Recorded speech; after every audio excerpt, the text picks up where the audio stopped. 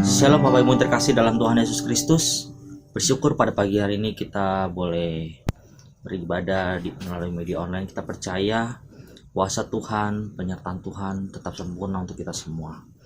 Mari kita siapkan hati kita untuk kita masuk dalam ibadah pada pagi hari ini. Kita tundukkan kepala, kita mau berdoa syafaat pada pagi hari ini. Kita angkat satu pujian, kami memuji kebesaran-Mu.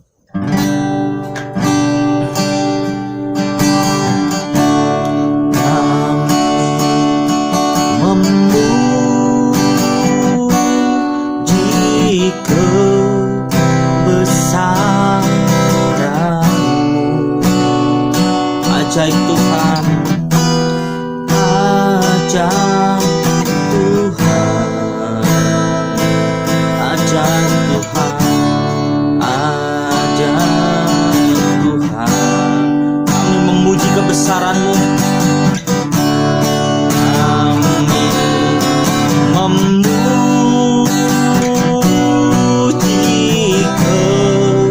kebesaran-Mu.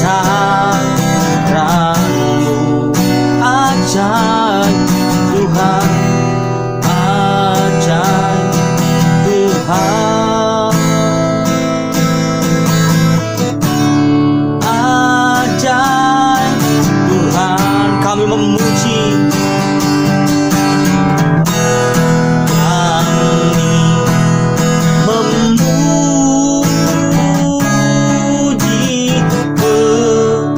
kebesaran-Mu.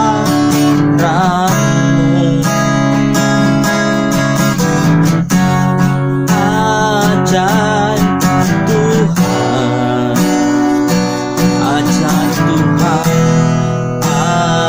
ajaib Tuhan. Kami memuji, kami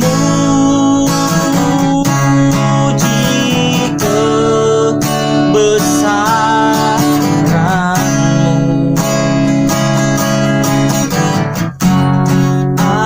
Ajaib Tuhan, ajaib Tuhan, ajaib Tuhan, ajaib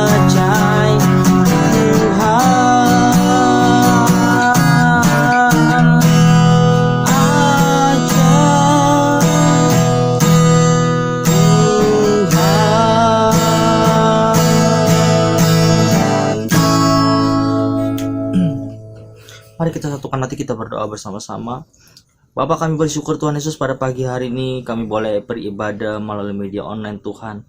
Tuhan, kami percaya penyertaan-Mu begitu sempurna kepada kami. Kasih setia Tuhan, pertolongan Tuhan, perlindungan Tuhan tidak pernah terlambat bagi kami. Bapak, kami berdoa pada pagi hari ini bersatu hati Tuhan, mengangkat tangan kami untuk Indonesia Tuhan Yesus. Shalom ada atas Indonesia, damai sejahtera ada atas Indonesia Tuhan Yesus.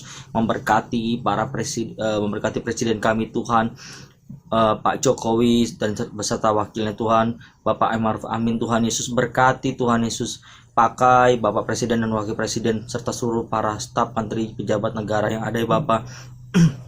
Untuk bersatu hati Tuhan, semakin mengandalkan Tuhan, semakin menaruh hatinya kepada Tuhan, sehingga mereka boleh mendengarkan suara Tuhan, sehingga keputusan yang diambil itu semua berasal daripada Tuhan, sehingga membawa ke bangsa kami semakin cinta sama Tuhan, membawa bangsa kami pulih dari keadaan ekonomi yang mungkin saat ini sedang lesu, sedang lemah. Dan kami percaya Tuhan Yesus, saat ini di masa sulit pandemi ini Tuhan, kami percaya Tuhan tetap pelihara para pemimpin bangsa kami, Tuhan tetap menjaga para pemimpin bangsa kami. Tuhan, kami juga berdoa pada pagi hari ini Tuhan, khususnya untuk Kota Jakarta Tuhan, memberkati gubernur kami, memberkati wakil gubernur, memberkati seluruh staf yang ada, memberkati setiap pemimpin daerah juga Tuhan Yesus di Kota Jakarta. Memberkati Tuhan Yesus kondisi Kota Jakarta yang mungkin sedang tidak baik Tuhan. Jumlah pasien COVID Tuhan semakin bertambah, semakin hari Tuhan. Kami percaya bahkan di masa PSBB saat ini Tuhan, kami percaya kami boleh mematuhi protokol-protokol kesehatan yang diberikan oleh arahan oleh gubernur kami Tuhan. Berkati Tuhan Yesus setiap aturan-aturan yang ada, agar kami semua semakin taat, kami semua semakin bersama-sama berjuang untuk menghadapi pandemi COVID-19 ini Tuhan.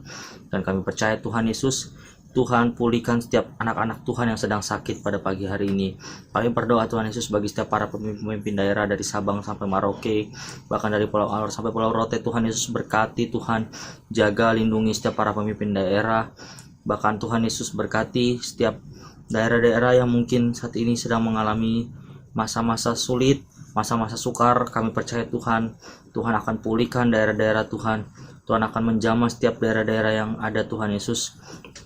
Untuk sahabat bersatu hati Tuhan Yesus, bergandengan tangan untuk semakin kuat, semakin solid di dalam menangani COVID-19 ini. Tuhan Yesus berkati setiap para pemimpin daerah Tuhan, berkati kesehatan mereka, berkati keluarga mereka.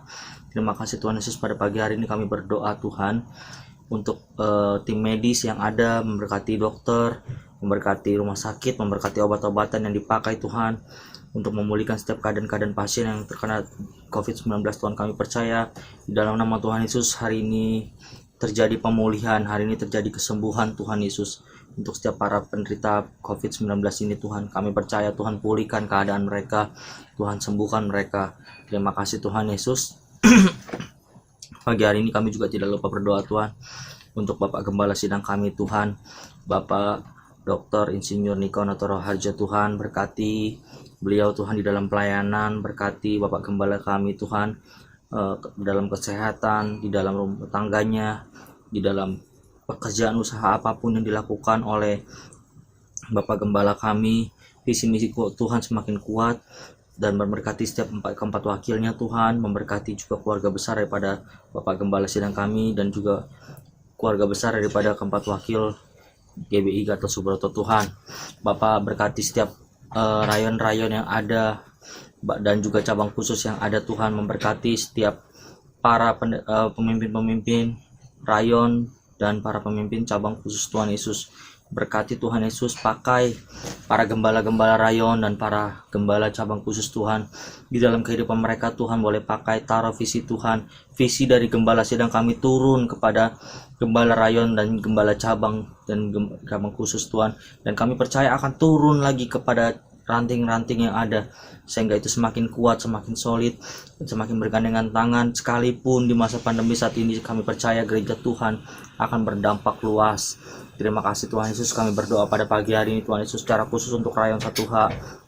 Berkati Tuhan Yesus Bapak Pendeta Budianto Totong Tuhan di dalam keluarga, memberkati Tuhan Yesus Bapak Budianto Totong di dalam kesehatannya, di dalam usaha pekerjaan apapun yang dilakukan oleh Bapak Gembala Rayon kami.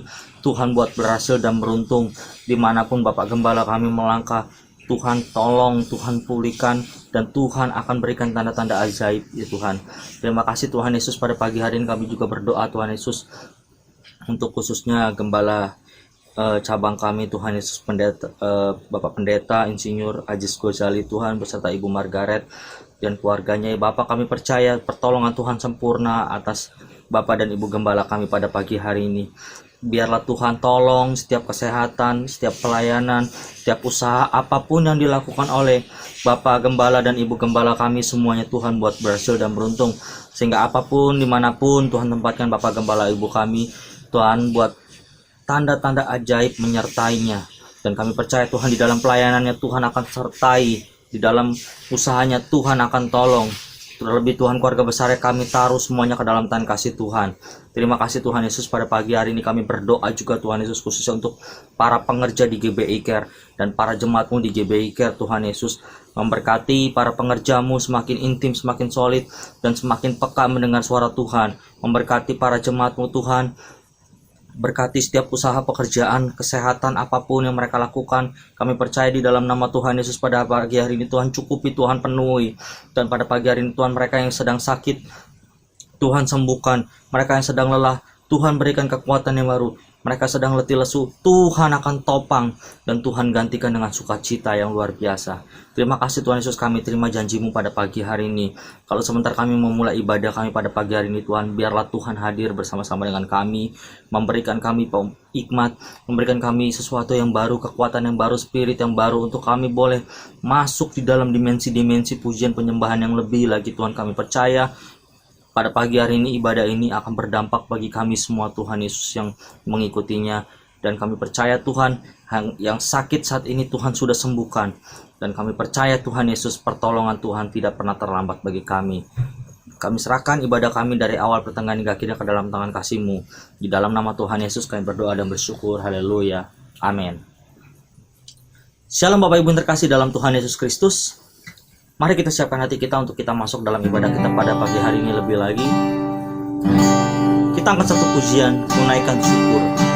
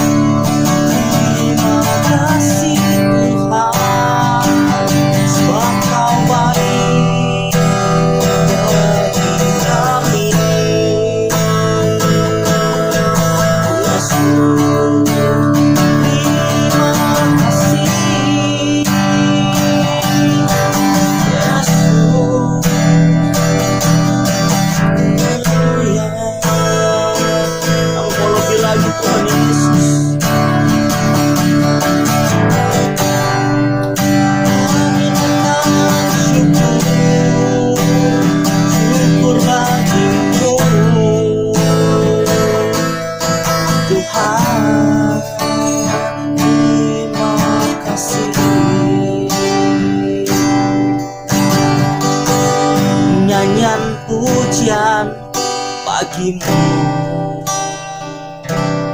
Tuhan. Pujian bagimu,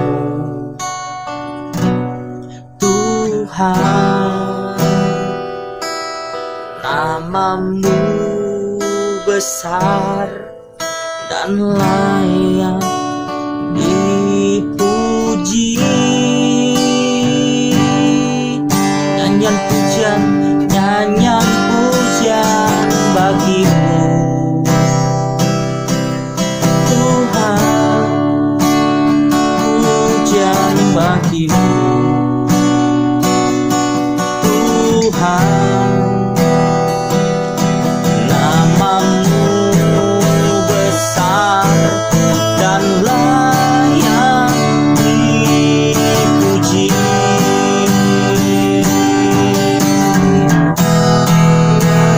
Pujian bagimu, Tuhan. Pujian bagimu, Tuhan. Namamu besar dan layak dipuji. Nyanyian pujian bagimu, Tuhan. Pujian bagimu, Tuhan. Namamu besar dan layak dipuji. Namamu besar, oh. Namamu besar dan layak dipuji. Namamu besar, namamu besar dan layak dipuji.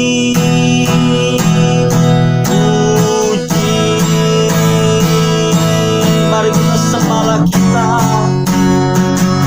nyanyi pujian bagimu, Yesus. Hanya bagimu, Tuhan, kami sembah, kami bersyukur buat kasih-Mu bagi kami, Yesus. Terima kasih. Haleluya.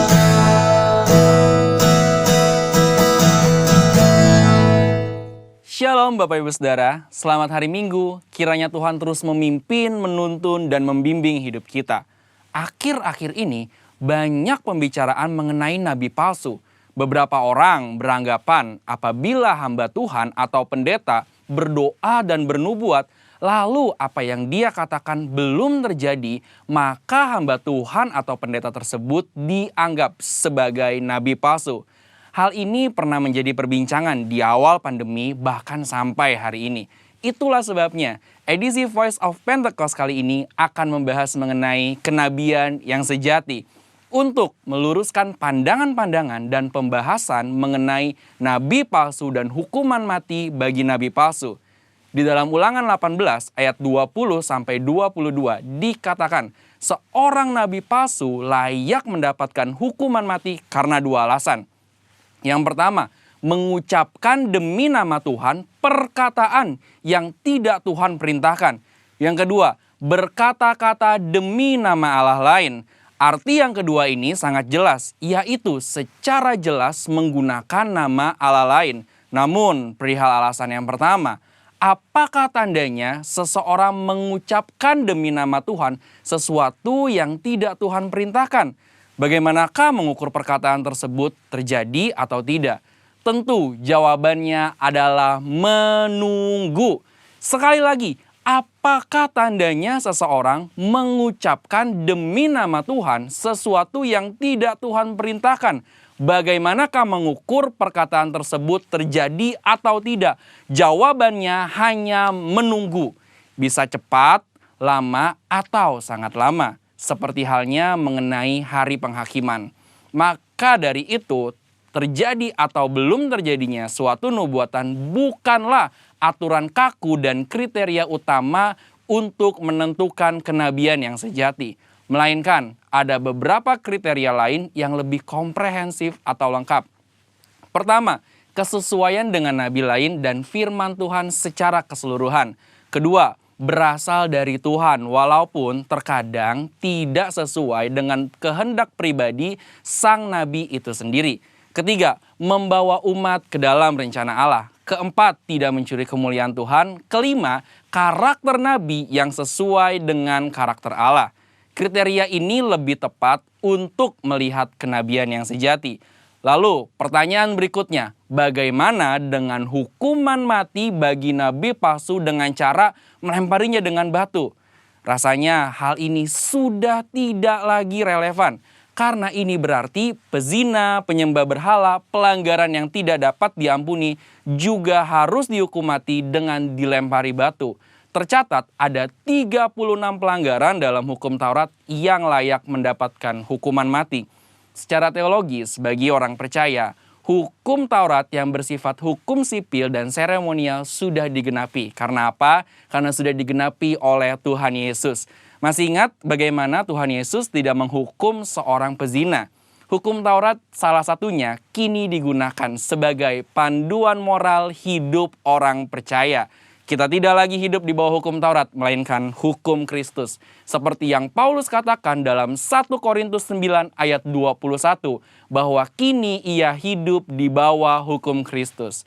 Kenabian yang sejati ini penting bagi kehidupan orang percaya zaman now. Dari Ulangan 18 ayat 9 sampai 22, kita dapat menarik dua pelajaran, yaitu Tuhan masih berbicara kepada kita sampai sekarang ini. Dan suara kenabian adalah karunia Allah untuk meneguhkan umatnya, sekaligus melambangkan kerinduan Allah untuk tetap dapat berkomunikasi dengan kita.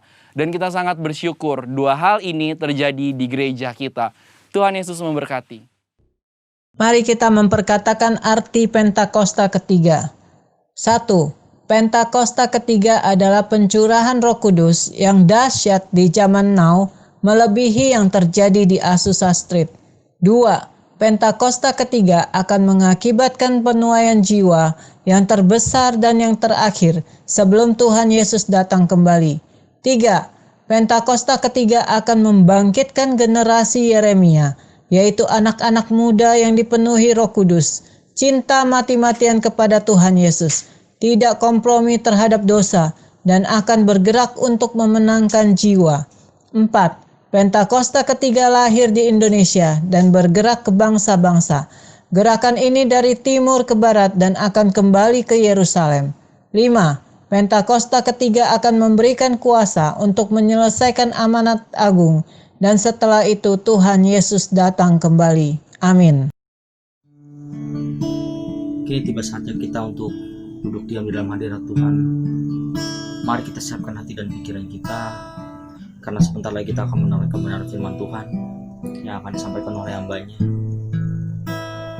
Kita angkat satu pujian, pribadi yang mengenal hatiku.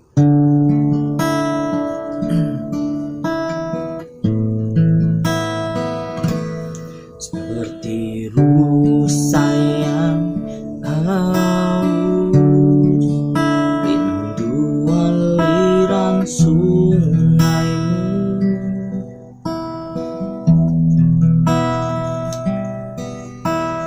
Hatiku tak tahan menunggumu.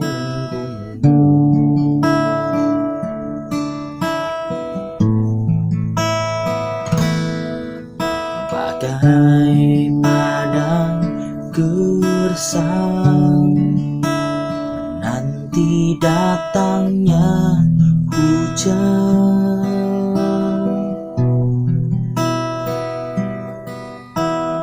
Begitu jiwaku, Tuhan. Katakan dengan lembut seperti rusa yang haus. Seperti rusa yang haus, rindu aliran sungaimu.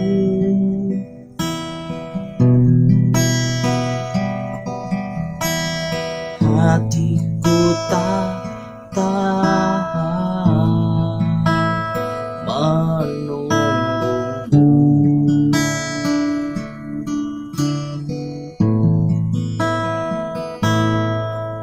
Bagai padang gersang menanti datangnya hujan,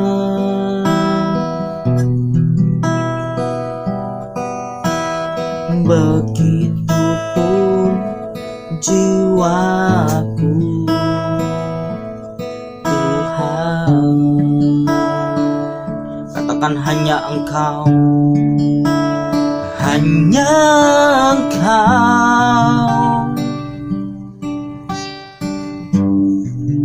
pribadi yang mengenal hatiku.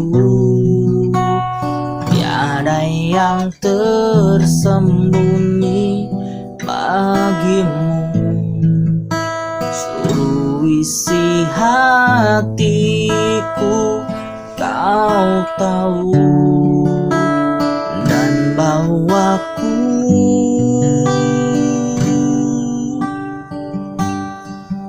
untuk lebih dekat lagi padamu, tinggal dalam indahnya dekapan kasih-Mu.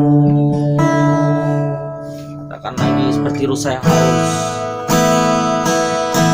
seperti rusa yang haus, rindu aliran sungaimu.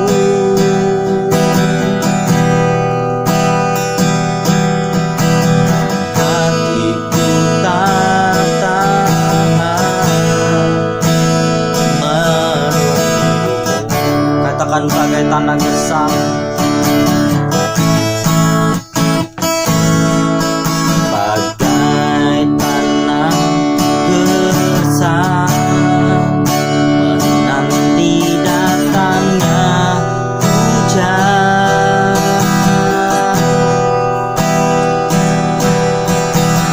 begitupun jiwaku, Tuhan, Tuhan.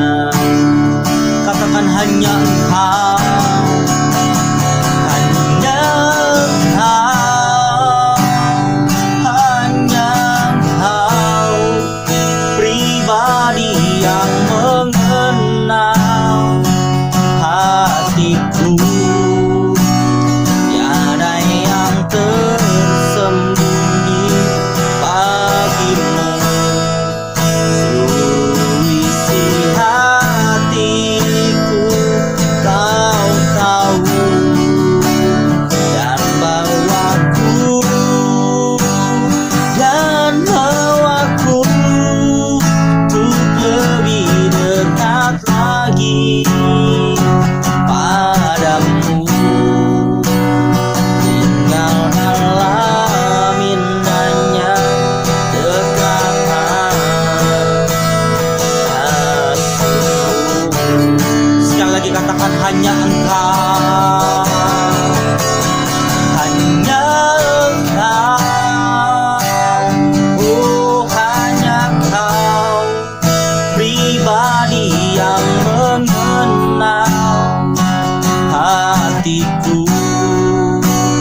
Tiada yang tersembunyi bagimu, seluruh isi hatiku Kau tahu, dan bawaku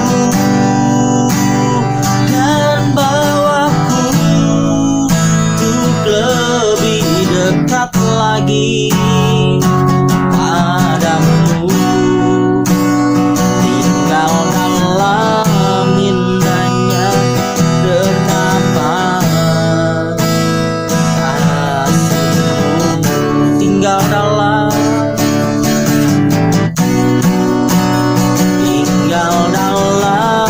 indahnya dekapan kasih-Mu. Mari kita siapkan hati kita untuk mendengar kebenaran firman Tuhan. Bapa, kami bersyukur pada pagi hari ini Tuhan Yesus, Engkau sungguh baik kepada kami Tuhan, teramat baik dan sangat baik Tuhan. Bapa, kami bersyukur kalau kami sudah memuji menyembah Tuhan pada pagi hari ini. Kini tiba saatnya kami duduk diam di dalam hadirat-Mu Tuhan. Sebentar kami mau mendengar kebenaran firman-Mu Tuhan. Urapi hamba-Mu Tuhan, pakai hamba-Mu untuk menjadi saluran berkat bagi kami Tuhan. Biarlah apapun yang hamba-Mu sampaikan itu semua berasal daripada Engkau. Biarlah arah Roh Kudus memberikan kami hikmat pengertian yang baru Tuhan, sehingga kami keluar sebagai umat-umat pemenang yang melakukan kebenaran firman Tuhan. Terima kasih Tuhan Yesus, tutup bungkus setiap kami Tuhan, pribadi lepas pribadi, dan kami percaya Tuhan, kami mau tolak, kami mau hancurkan kuasa kegelapan yang mengganggu jalannya ibadah dan kebenaran firman-Mu yang akan disampaikan oleh hamba-Mu pada pagi hari ini Tuhan Yesus. Terima kasih Tuhan, kami serahkan waktu selanjutnya ke dalam tangan kasih Tuhan. Di dalam nama Tuhan Yesus kami berdoa dan bersyukur, haleluya, amin.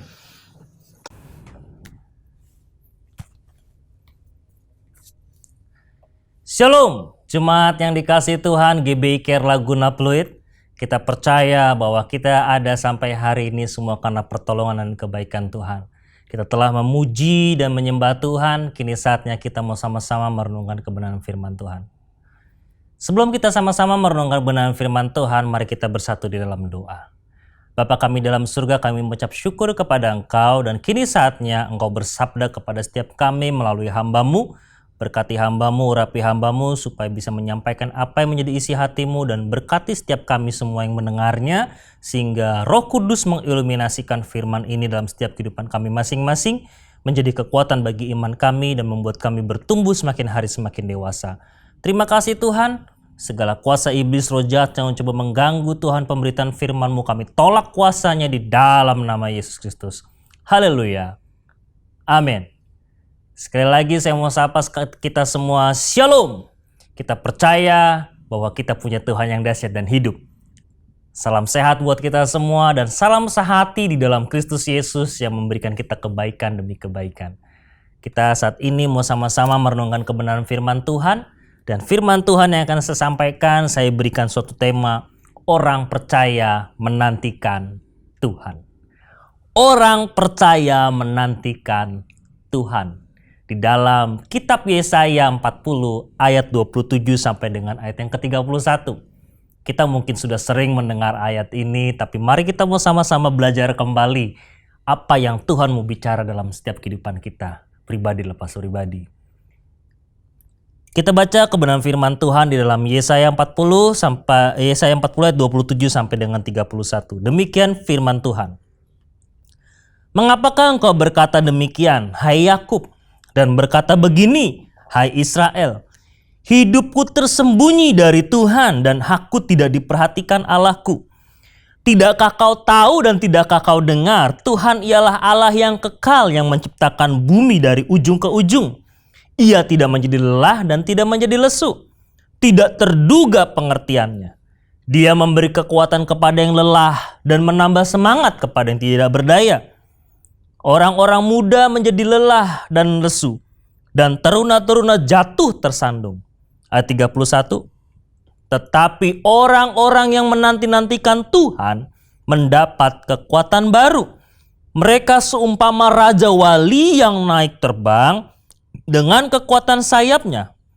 Mereka berlari dan tidak menjadi lesu. Mereka berjalan dan tidak menjadi lelah. Amin buat kebenaran firman Tuhan.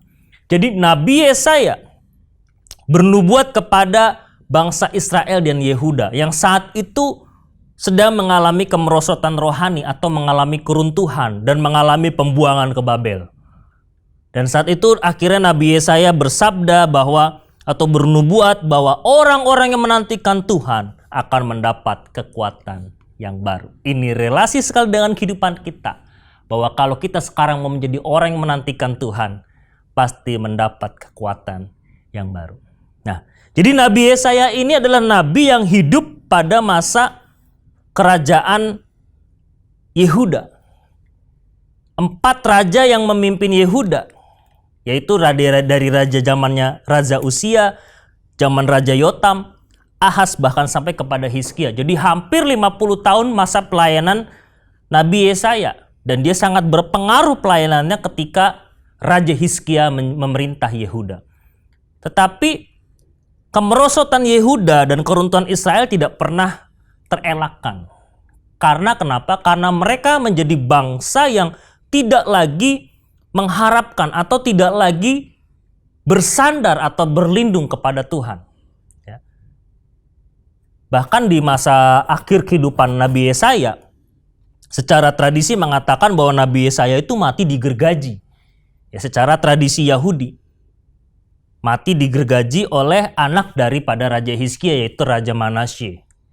Nah, Nabi Yesaya ini yang bernubuat kepada Yehuda dan Israel, yang saat itu sedang mengalami kemerosotan rohani dan keruntuhan. Kenapa? Karena Yehuda dan Israel sedang berperang. Yehuda meminta bantuan Asyur untuk melawan Israel yang saat itu dibantu oleh kerajaan Aram. Tapi pada akhirnya Yehuda memberontak kepada Asyur dan meminta pertolongan kepada Mesir. Jadi ceritanya berputar di situ saja. Ketika mereka tidak lagi mengandalkan Tuhan, tidak lagi berlindung kepada Tuhan, mereka hanya mengharapkan perlindungan dari manusia.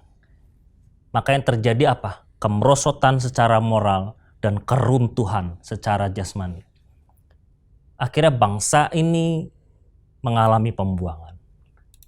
Tetapi Tuhan tidak pernah tinggal diam kepada bangsa yang telah Tuhan pilih, kepada umat yang Tuhan telah pilih. Ada janji pertolongan atau janji keselamatan dari Allah yang besar, yang selama ini sudah ditinggalkan oleh mereka. Yaitu janji terhadap keturunan Yehuda bahwa akan lahirlah seorang Mesias. Dari keturunan Yehuda lah lahir seorang Mesias, yaitu siapa? Kristus Yesus. Yang lahir dari keturunan atau yang dilahirkan oleh Yusuf. Dari keturunan Yusuf, yaitu Yusuf orang keturunan Yehuda. Dan istrinya itu Maria. Lahirlah Kristus yang disebut Immanuel. Nah, di sini kita melihat bahwa Nabi Yesaya ingin mengatakan kepada umat Israel dan Yehuda saat itu bahwa Tuhan punya rencana itu tidak pernah gagal. Ya. Bahkan ketika kita melupakan Tuhan, Tuhan mengingatkan. Di dalam ayat 27 dikatakan, "Hai Yakub, hai Israel." Ini mengingatkan bahwa Israel ini adalah punya nenek moyang Yakub. Yakub adalah anak Ishak, Ishak adalah anak Abraham. Abraham adalah orang yang dipilih Tuhan untuk menjadi bangsa yang besar. Dan 3 nenek moyang ini, baik Abraham, Ishak, dan Yakub, adalah orang-orang yang percaya akan kesetiaan Tuhan. Janji Tuhan. Abraham setia dengan Tuhan, Ishak setia dengan Tuhan, bahkan Yakub pun seorang penipu yang menipu saudaranya Esau, bahkan menipu pamannya Laban. Dia tetap percaya kepada kesetiaan Tuhan dalam kehidupannya. Yang pada akhirnya Yakub diberkati Tuhan ketika bergulat dengan Tuhan di Peniel dan diberikan nama Israel yang hingga saat ini menjadi bangsa yang besar dengan 12 suku pada saat itu. Nah, di sini Tuhan ingin mengingatkan bahwa engkau itu punya nenek moyang yang percaya kepada kesetiaan Tuhan. Tapi kenapa kau sekarang meragukannya? Mereka berkata, hakku tidak diperhatikan, di ayat 27.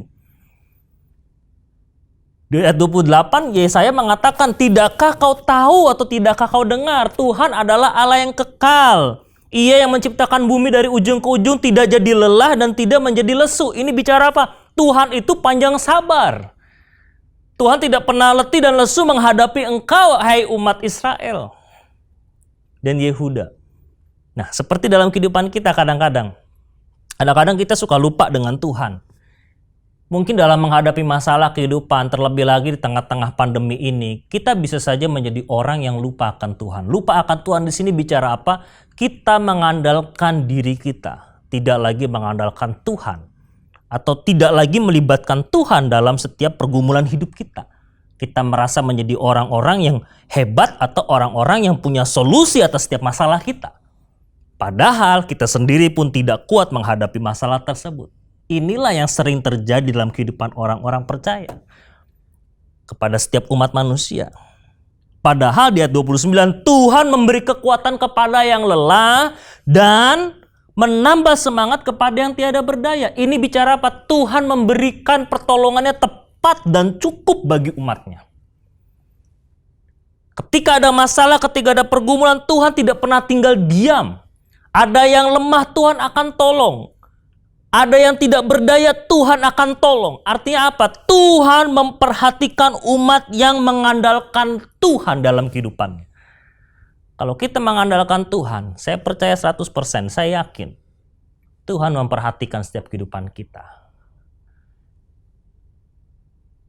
Karena kenapa? Di ayat 30 dikatakan, orang muda menjadi lelah lesu, taruna-taruna jatuh tersandung.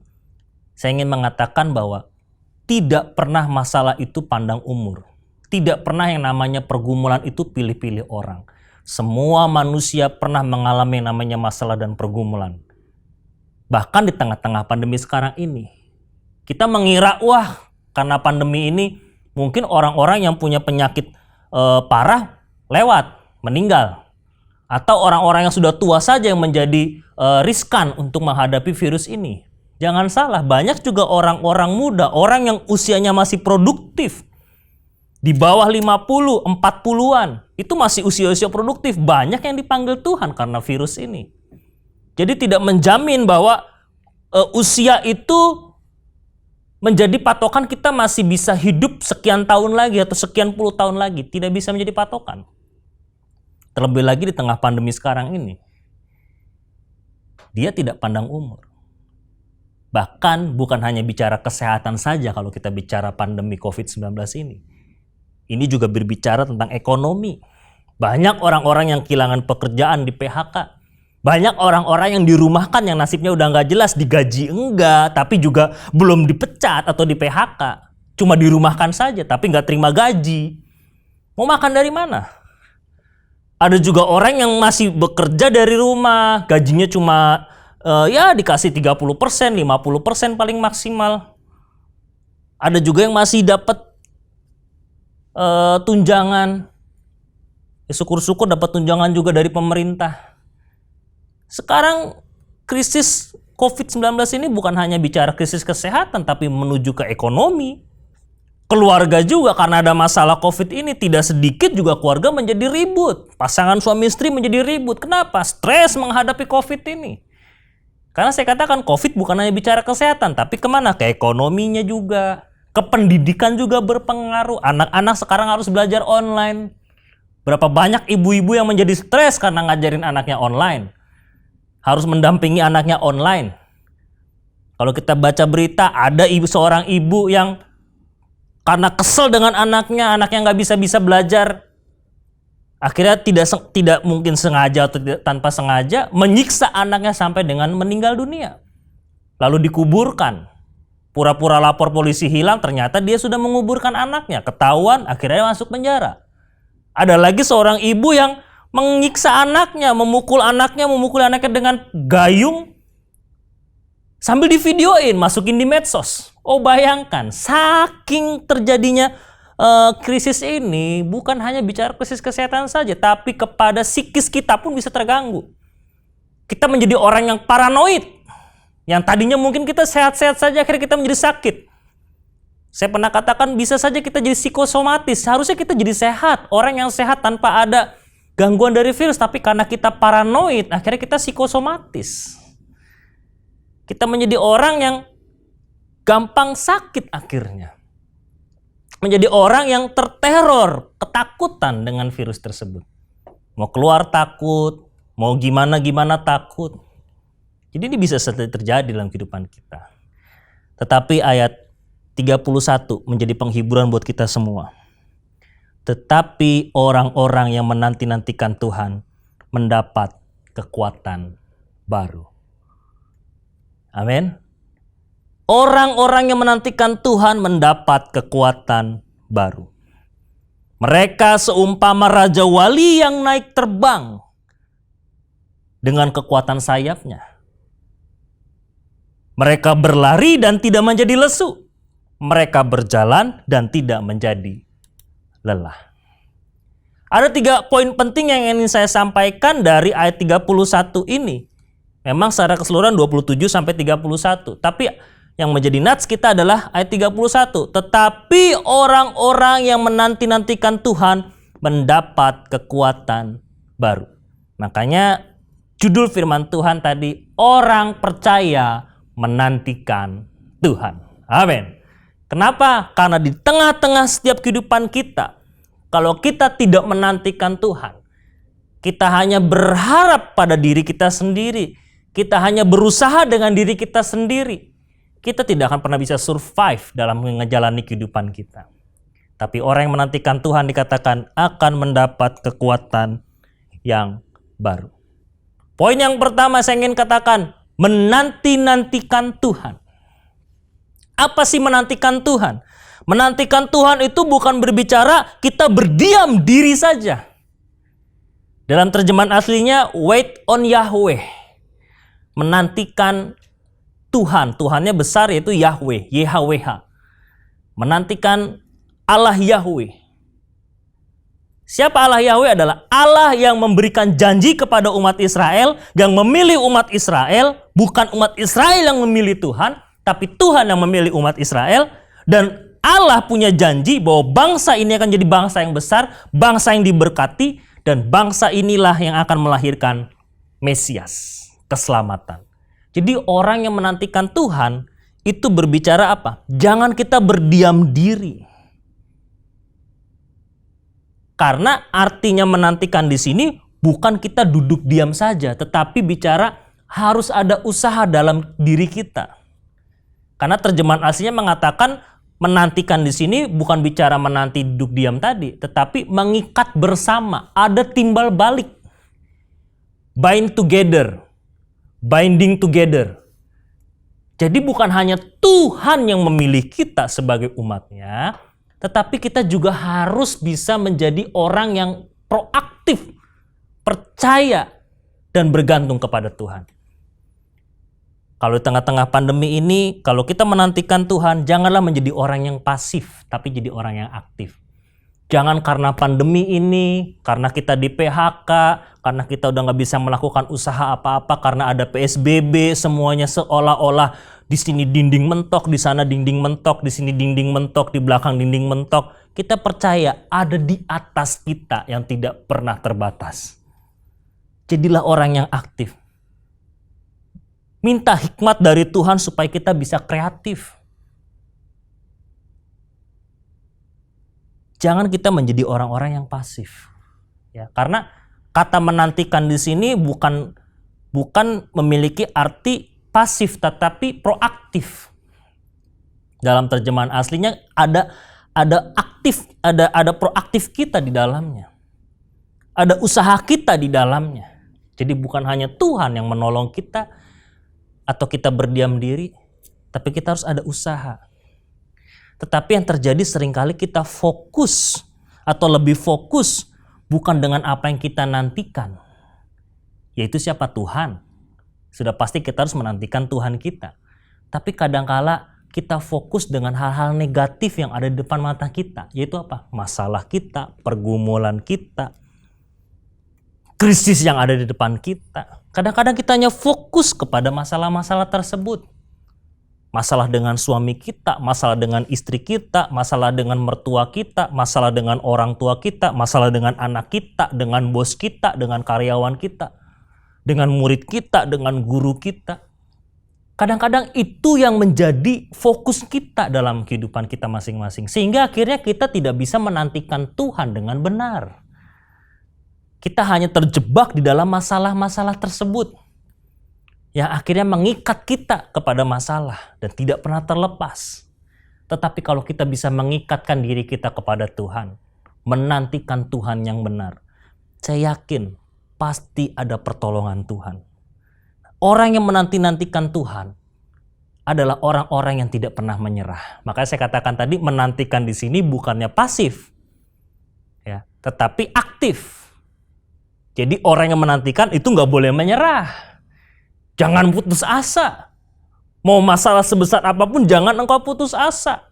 Engkau menghadapi masalah dalam keluargamu, jangan engkau putus asa. Jangan kau langsung berpikir ya sudah pisah saja, ya sudah cerai saja. Nggak bisa berpikir seperti itu. Atau ketika sekolahmu, wah sudah gagal semuanya, udahlah saya nyerah deh, saya keluar aja dari sekolah ini. Berat. Wah saya belajar online nggak bisa nih, saya berat. Kita tinggalkan.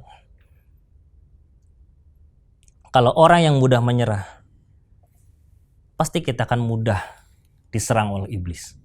Tapi orang yang bisa survive adalah orang yang mengatakan saya tidak akan pernah menyerah. Karena kan pujian ada, ku tak akan menyerah pada apapun juga. Amin. Kita nggak boleh menyerah pada apapun juga. Kenapa? Karena kita menantikan Tuhan yang benar. Apa sih yang kita nantikan? Ada 3 penantian di dalam kehidupan umat manusia. Secara khusus penantian orang percaya adalah kelahiran Mesias. Dengan karya agung Allah Bapa, yaitu kelahiran dan kematian Tuhan Yesus Kristus bagi dosa dunia. Dan penantian ini sudah digenapi. Penantian ini sudah terjadi. Ya, jadi ini suatu penantian yang sudah bisa dikatakan, wah saya sudah mendapatkannya. Kenapa? Karena kita orang percaya, pasti kita percaya kepada Kristus yang menebus dosa kita.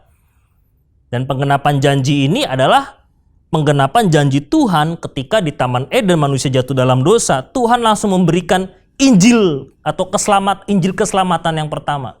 The first evangelion dalam Kejadian 3 ayat 15 bahwa aku akan mengadakan permusuhan antara keturunanmu dan keturunannya. Ya. Itu berbicara tentang keturunan perempuan dengan keturunan si ular iblis.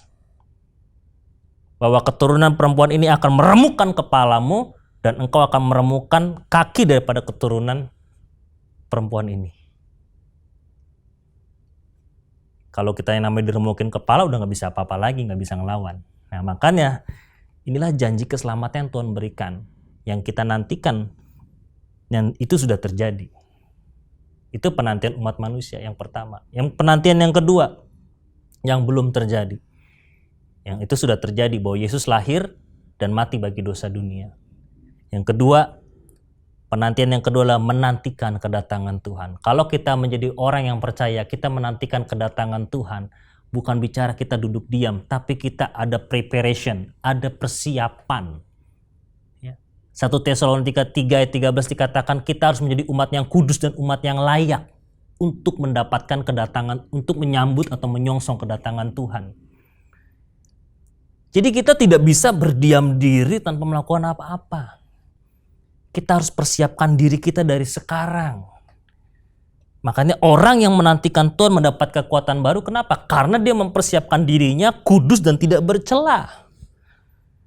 Menjadi orang-orang yang mempersiapkan diri sebagai mempelai Kristus. Namanya mempelai Kristus, udah pasti orang yang menjadi mempelai harus dewasa. Yang namanya mempelai harus mendandani dirinya. Yang namanya mempelai bukan hanya secara lahiriah mendandani dirinya, tetapi secara batiniah juga harus didandani. Ini berbicara apa? Kita harus menjadi mempelai wanita yang layak bagi Tuhan. Sehingga kita menantikan kedatangan Tuhan itu dengan takut dan gentar. Supaya kita memiliki persekutuan yang kekal dengan Allah Tritunggal di dalam kerajaannya.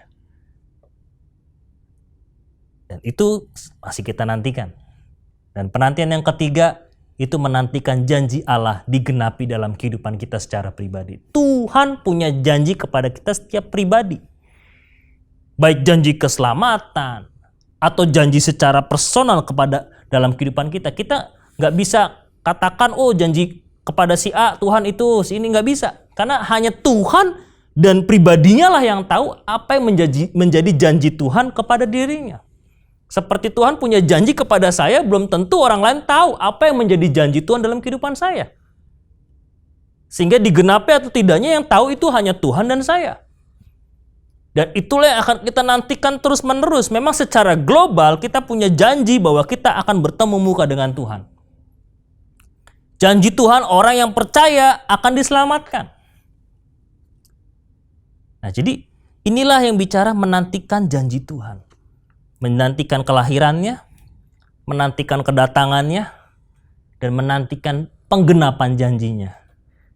Yaitu apa? Kerajaan Allah yang kekal untuk selamanya. Dalam kehidupan kita pribadi, hanya itulah janji yang kita nantikan sampai kita menutup usia nanti. Karena nggak ada janji Tuhan yang lain yang bisa membuat kita menanti-nantikan dengan greget. Saya katakan dengan greget, ya cuma satu janji itulah yang menjadi kekuatan kita, bahwa kita akan menjadi warga kerajaan surga, menjadi keluarga Allah dalam persekutuan Allah Bapa.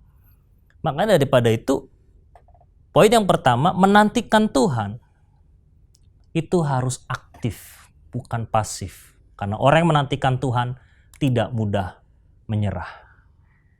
Hal yang kedua, yang penting dari ayat 31, ada kata Tuhan di situ. Tuhan Yahweh atau YHWH. Kalau kita baca dari ayat 27 sampai 31, ada 3 kata Tuhan. Di ayat 27, hidupku tersembunyi dari Tuhan. Ayat 28, Tuhan ialah Allah yang kekal. Ayat 31, menanti-nantikan Tuhan. 3 kali kata disebutkan di dalam kebenaran firman Tuhan atau dalam tradisi penulisan suatu kitab, berarti menandakan kata tersebut adalah kata yang penting. Seperti kalau kita manggil seseorang, kalau kita manggil sekali mungkin orangnya paling biasa aja. Tapi kalau ada orang manggil kita 3 kali, menyebut nama kita 3 kali, berarti itu sesuatu yang penting yang ingin disampaikan kepada kita. Karena dia memanggil kita secara 3 kali. Yaitu secara kehidupan kita. Jadi 3 kali kata Tuhan yang tertulis di dalam Yesaya 40 ayat 27 sampai 31 menandakan bahwa Tuhan adalah yang terpenting dalam kehidupan kita. Ya, sekali lagi, poin yang kedua, Tuhan adalah yang terpenting dalam kehidupan kita. Yang pertama, menantikan Tuhan bukanlah kita diam atau pasif, tapi kita harus aktif sehingga kita tidak menyerah. Yang kedua, Tuhan adalah yang terpenting dalam kehidupan kita. Bukan berkatnya atau bukan bicara materi atau masalah yang kita hadapi, bukan pekerjaan kita, bahkan sekalipun pelayanan, itu tidaklah penting. Karena yang terpenting adalah apa? Tuhan. Kalau kita melayani tanpa Tuhan, kita bekerja tanpa Tuhan, kita punya kekayaan tanpa Tuhan, apalah artinya itu semua? Tapi kalau semuanya diawali dengan Tuhan, untuk Tuhan, oleh Tuhan, dan karena Tuhan, saya percaya Tuhan akan menjadi penguasa tunggal dalam kehidupan kita. Maka dikatakan Tuhanlah yang terpenting. Sebab itu Tuhan memberikan semangat atau kekuatan bagi orang yang percaya kepadanya. Saya katakan tadi, Tuhan memberikan pertolongan tepat dan cukup kepada orang yang percaya kepadanya. Tuhan gak asal-asalan menolong seseorang. Tuhan tidak asal-asalan memberikan tangannya untuk menolong. Tapi Tuhan tahu waktu yang tepat, pertolongan yang tepat kepada umat yang membutuhkan, kepada umat yang bersandar kepadanya. Jadi Tuhan Yahweh atau Immanuel yang menyertai setiap kehidupan manusia itu akan ada dalam kehidupan kita kalau kita mau percaya dan mengandalkannya. Sebab itu jangan kita melupakan dan mengesampingkan Tuhan, apalagi menggantikan Tuhan dengan manusia atau hal-hal duniawi lainnya. Kalau kita baca secara keseluruhan kitab Nabi Yesaya ini, bahwa saat itu Israel dan Yehuda tidak lagi mengandalkan Tuhan, melupakan Tuhan, mengesampingkan Tuhan, dan malah meminta pertolongan dari bangsa lain.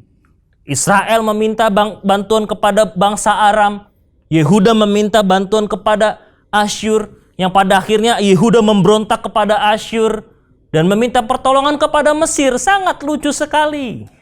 Israel yang keluar dari Mesir untuk keluar dari perbudakan tapi pada akhirnya meminta pertolongan kembali kepada Mesir. Ini mengingatkan kepada kita, jangan kita kembali kepada masa lalu kita. Seberat apapun yang kita hadapi, jangan kita kembali kepada masa lalu kita.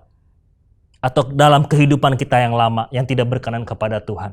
Tapi tetap majulah dan percaya bahwa pertolongan Tuhan, Allah Yahweh itu, ya, Tuhan, karena Tuhan di sini dengan Tuhan yang besar, YHWH, yang akan menolong setiap kehidupan kita. Jadi jangan menjadi orang yang patah semangat. Hal yang ketiga, di dalam ayat 31, orang yang menanti-nantikan Tuhan mendapat kekuatan baru. Yang pertama tadi, orang yang menantikan Tuhan itu tidak pasif tapi aktif. Yang kedua, Tuhan adalah yang penting dalam kehidupan kita. Dan yang ketiga, kalau kita menantikan Tuhan dan sudah menjadikan Tuhan yang terpenting dalam kehidupan kita, yang ketiga, pasti kita mendapat kekuatan yang baru. Mendapat kekuatan yang baru itu berbicara apa? Diperbaharui secara kapasitas kita. Kemampuan kita diperbaharui oleh Tuhan. Kekuatan kita diperbaharui.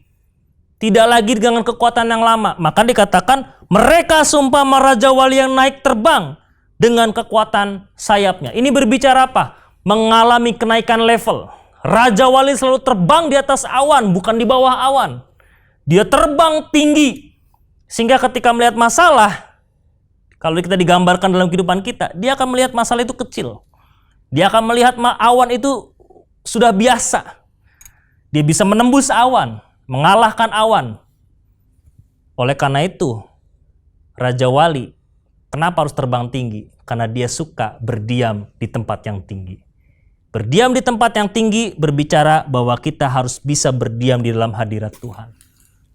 Karena di tempat yang tinggi Raja Wali menjadi lebih aman, tidak terancam. Seperti dalam kehidupan kita, kalau kita berdiam di dalam hadirat Tuhan yang maha tinggi, kita tidak akan pernah terancam, tapi kita akan merasakan damai sejahtera. Dan Raja Wali yang terbang tinggi itu berbicara apa? Ketika dia mengatasi awan-awan tersebut, itu sama halnya membuat hidupnya tanpa halangan. Kenapa? Karena setiap awan badai yang terjadi dalam kehidupan kita, itu menjadikan kita sebagai latihan. Dengan kata lain, melatih iman kita menjadi dewasa. Setiap masalah, setiap pergumulan, ada awan gelap, ada badai yang menghadang. Seperti Raja Wali yang terus mengepakkan sayapnya hingga tinggi, menjulang tinggi, terbang tinggi. Kita pun demikian. Kita melatih iman kita dengan masalah-masalah tersebut supaya kita semakin tinggi dan semakin mendekatkan diri kita kepada Tuhan. Berdiam di dalam hadirat Tuhan yang maha tinggi. Yang terakhir, mereka berlari tidak menjadi lesu dan berjalan tidak menjadi lelah. Ini berbicara apa? Orang yang menantikan Tuhan mendapat kekuatan atau semangat yang baru. Bukan lagi semangat yang lama. Orang yang punya semangat yang baru, dia hidupnya akan terus bergairah. Hidupnya akan terus menggebu-gebu untuk melakukan sesuatu tuh yang positif. Karena dia tidak menyerah ketika menghadapi masalah. Berlari tidak lesu, berjalan tidak lelah, mengatakan kepada kita memiliki arti kekuatannya durable. Tidak ada habis-habisnya. Kenapa? Karena yang memberi kekuatan itu adalah Tuhan. Sehingga ketika Tuhan memberikan kekuatannya kepada kita sebagai orang-orang percaya, kita menjadi orang-orang yang tak pernah habis untuk terus melakukan segala sesuatu untuk kemuliaan nama Tuhan. Dan tidak mudah menyerah. Kenapa? Karena ada Roh Kudus yang menjadi penolong dan menghibur kita. Karena Roh Kudus adalah parakletos buat orang-orang percaya. Dan hal ini bisa terjadi. Berlari tidak lesu, berjalan tidak lelah. Karena ada penyertaan Allah yang senantiasa. Yang tidak pernah terlambat. Dan selalu ada dalam kehidupan orang percaya. Oleh karena itu, biarlah 3 poin ini memberkati kita semua. Bahwa orang-orang yang menantikan Tuhan mendapat kekuatan yang baru. Yang pertama, bahwa orang yang menantikan Tuhan harus menjadi orang yang aktif. Tidak mudah menyerah. Orang yang menantikan Tuhan meyakini atau percaya bahwa Tuhan adalah yang terpenting. Dan orang yang menantikan Tuhan mendapat kekuatan yang baru. Yaitu apa? Penyertaan Tuhan, semangat dari Tuhan, kekuatan yang durable dari Tuhan. Oleh karena itu, sebagai kesimpulan, nantikanlah Tuhan senantiasa dalam kehidupan kita, sehingga kita mendapatkan kekuatan yang baru. Sehingga apapun yang kita alami dalam kehidupan kita, masalah, badai kehidupan, itu tidak pernah membuat kita menyerah. Tuhan Yesus memberkati. Shalom, mari kita bersatu dalam doa. Bapa kami dalam surga, kami ucap syukur kepada Engkau. Biarlah firman Tuhan saat ini memberikan kami kekuatan yang baru Tuhan. Bahwa ketika kami menanti-nantikan Engkau, kami percaya ada pertolongan Tuhan. Di tengah-tengah pandemi ini sekalipun Tuhan, kami yakin dan percaya. Tuhan yang menjadi kekuatan kami. Tuhan yang menjadi pertolongan kami. Kami bersyukur Tuhan atas kebenaran firman Tuhan yang disampaikan. Biarlah firman Tuhan ini menjadi benih ilahi yang tertanam, bertumbuh, berkembang, berdampak dalam setiap kehidupan kami, bahkan buat orang-orang sekeliling kami. Terima kasih Tuhan. Kami mengucap syukur dalam nama Tuhan Yesus Kristus. Haleluya. Amin. Tuhan Yesus memberkati kita semua. Shalom. Shalom. Kembali lagi dalam pengumuman GBI Care Laguna Pluit. Gembala dan jemaat GBI Care Laguna Pluit mengucapkan terima kasih atas pelayanan firman Tuhan yang telah disampaikan oleh hambanya, Pendeta Pembantu Herlando Budiman Putra. Biarlah kiranya Tuhan memberkati pelayanan dan keluarga hambanya. Bagi jemaat Tuhan yang memiliki anak-anak, diharapkan untuk mengajak anak-anaknya mengikuti ibadah sekolah minggu, biar anak-anak kita boleh bertumbuh secara rohani dan diberkati Tuhan. Link YouTube ada di kolom deskripsi tayangan ini. Bagi jemaat Tuhan yang ingin memberkati pekerjaan Tuhan di GBI Care Laguna Pluit, dapat memberikan persembahan persepuluhan, persembahan umum, dan pengucapan syukur melalui rekening GBI Care Pluit. Rekening BCA atas nama GBI Care Pluit. Sebelum kita mengakhiri ibadah kita pada pagi hari ini, kita mau sama-sama memperkatakan Mazmur 91. Dalam lindungan Allah. Orang yang duduk dalam lindungan yang maha tinggi dan bermalam dalam naungan yang maha kuasa akan berkata kepada Tuhan, tempat perlindunganku dan kubu pertahananku, Allahku yang kupercayai. Sungguh, Dialah yang akan melepaskan engkau dari jerat penangkap burung, dari penyakit sampar yang busuk. Dengan kepaknya ia akan menudungi engkau, di bawah sayapnya engkau akan berlindung. Kesetiaannya ialah perisai dan pagar tembok. Engkau tak usah takut terhadap kedahsyatan malam, terhadap panah yang terbang di waktu siang, terhadap penyakit sampar yang berjalan di dalam gelap, terhadap penyakit menular yang mengamuk di waktu petang. Walau 1.000 orang rebah di sisimu dan 10.000 di sebelah kananmu, tetapi itu tidak akan menimpamu. Engkau hanya menontonnya dengan matamu sendiri dan melihat pembalasan terhadap orang-orang fasik. Sebab Tuhan ialah tempat perlindunganmu, yang maha tinggi telah kau buat tempat perteduhanmu. Malapetaka tidak akan menimpa kamu dan tulah tidak akan mendekat kepada kemahmu. Sebab malaikat-malaikatnya akan diperintahkannya kepadamu untuk menjaga engkau di segala jalanmu. Mereka akan menatang engkau di atas tangannya, supaya kakimu jangan terantuk kepada batu. Singa dan ular tedung akan kau langkahi, engkau akan menginjak anak singa dan ular naga.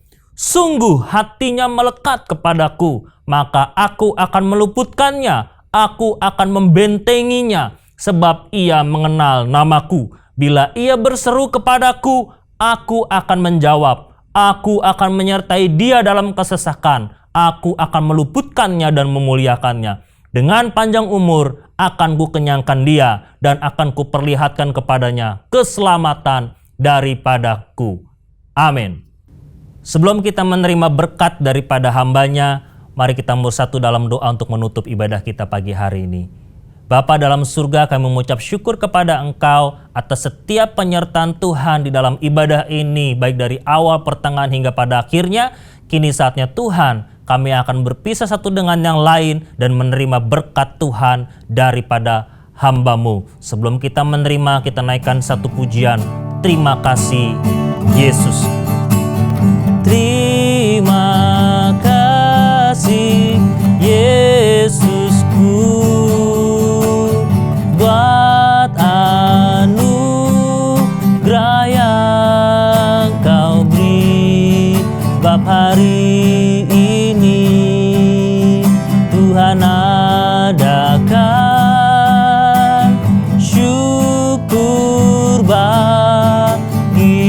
syukur bagimu, syukur bagimu, syukur bagimu, syukur bagimu.